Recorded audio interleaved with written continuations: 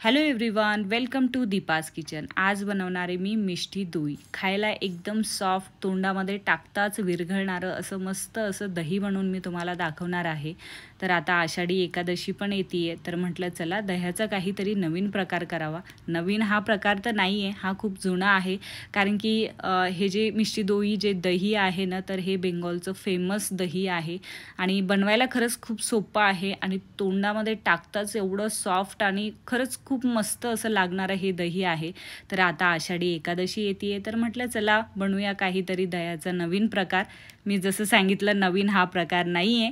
तर इथे मी काय केलं आहे ना, की 1 लिटर दूध घेतलं आहे। फुल फॅट हे दूध आहे, म्हणजे म्हशीचं दूध आहे। त्याच्यानंतर एक मोठ्या साईजची कढई घ्यायची आहे, त्याच्यामध्ये थोडंसं पाणी टाकायचे आणि पूर्ण त्याच्यामध्ये ते दूध आहे 1 लिटर ते टाकायचे आणि याला चांगलं कमी गॅसवर चांगलं उकळू द्यायचे। दुधामध्ये कुठलंही पाणी वगैरे टाकायचं नाही आहे, कारण की ऑलरेडी आपल्याला दुधाला कमी करायचे। उकळून चांगलं त्याच्यामध्ये फॅट तयार करायचे। तर इथे तुम्ही जे दूध आहे तर बघू शकता एक थोडंसं कमी झालं आहे, तर थोडंसं अजून कमी होऊ द्यायचं आणि त्याच्यानंतर त्याला खाली म्हणजे ठेवायचे। त्याच्यातली जी गरम वाफ आहे ती निघेपर्यंत त्याला खालीच ठेवायचे। तर इथे मी गॅस बंद केला आणि खाली ठेवते आहे कढईला, तर त्याची वाफ निघण्यासाठी त्याला साईडने ठेवून द्यायचे। आणि इथे ना मी साखरेला कॅरमलाइज करणार आहे। तर हे असंच केलं जातं जेव्हा मिष्टी दोई बनवतात ना, तर तेव्हा हेच पद्धत जी आहे तर तीच फॉलो करतात सगळेजण। तर इथे एक मोठ्या साईजचा पॅन घेतला आहे आणि इथे अर्धा कप मी साखर टाकली आहे, म्हणजे 1/2 कप असं साखर टाकली आहे। तर साखरेला चांगलं पसरवून द्यायचे। पसरल्यानंतर गॅस जो आहे तर तो कमी ठेवायचा आहे, एकदम फुल गॅस असा ठेवायचा नाही आहे, नाहीतर काय होईल की साखर जी आहे तर ती लवकर वितळेल आणि ती जळायला सुरुवात होईल त्याला। तर त्याच्यासाठी मीडियम गॅस ठेवायचा आहे, काहीच गडबड करायची नाही आहे। तर मीडियम गॅस ठेवल्याच्यानंतर तुम्ही साखर बघू शकता की हलकीशी वितळायला लागली आहे। त्याच्यामध्ये कुठलंही पाणी वगैरे ॲड करायचं नाही आहे, ते ॲटोमॅटिकली साखर जी आहे तर ती वितळायला सुरुवात होते। तर साखर जी आहे तर ती मस्त अशी वितळली आहे, कुठलंही पाणी वगैरे त्याच्यामध्ये मी टाकलं नाही आहे।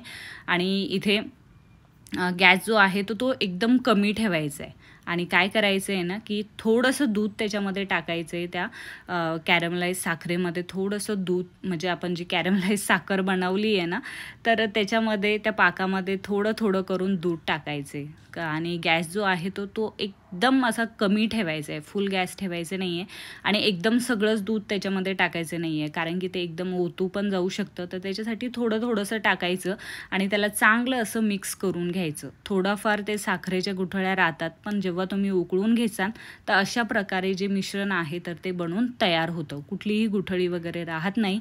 आता मी गॅस बंद केला आहे आणि थोडंसं खाली उतरवून घेते आहे आणि त्याला पण कमी, म्हणजे त्याच्यातली पण चांगली वाफ काढून घेते आहे। इथे एकदम आपल्याला थंड पाहिजे नाही आहे दोन्ही पण मिश्रण, दोन्ही पण असे म्हणजे हाताला सोचेन असं आपल्याला ते मिश्रण पाहिजेत। तर दुसऱ्या साईडने मी काय करते आहे की एका बाउलमध्ये 2 चम्मच दही घेतलं आहे। तर विरजण याला म्हटलं जातं। तर विरजण जे आहे ना, तुम्ही जसं घेसाल तसंच तुमचं दही बनेल। जसं तुम्ही विरजण जर का पातळ वगैरे घेतलं तर सेम तुमचं दही जे आहे तर ते पण पातळ होण्याचे जास्त चान्सेस असतात।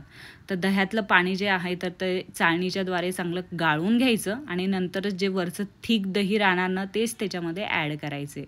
तर त्याच्यानंतर जे पाक आपण बनवून ठेवलेला होता, साखर जी कॅरमलाइज केली होती ती त्या दुधामध्ये ॲड केली आहे सगळी आणि त्याच्यानंतर जे कॅरमलाइज केलेली साखर त्याच्यामध्ये ॲड केल्याच्यानंतर त्याला मिक्स करून घेतलं आणि परत त्याच्यामध्ये काय केलं, 2 चम्मच जे दही आपण फेटून घेतलं होतं ते त्याच्यामध्ये ॲड केलं आणि परत चांगलं असं मिक्स करून घ्यायचे। म्हणजे दही जे आहे ना ते त्याच्यामध्ये चांगलं असं मिक्स करून घ्यायचे आणि मिक्स केल्याच्यानंतर तुम्ही एखाद्या मातीच्या भांड्यामध्ये किंवा असं काचेचं भांडं मी घेतलं आहे तर तशा भांड्यामध्ये किंवा स्टीलच्या भांड्यामध्ये किंवा डब्यामध्ये तुम्ही आरामशीर ठेवू शकता आणि मस्त जे मिष्टी दोही जे आहे तर ते बनवून तयार होतं।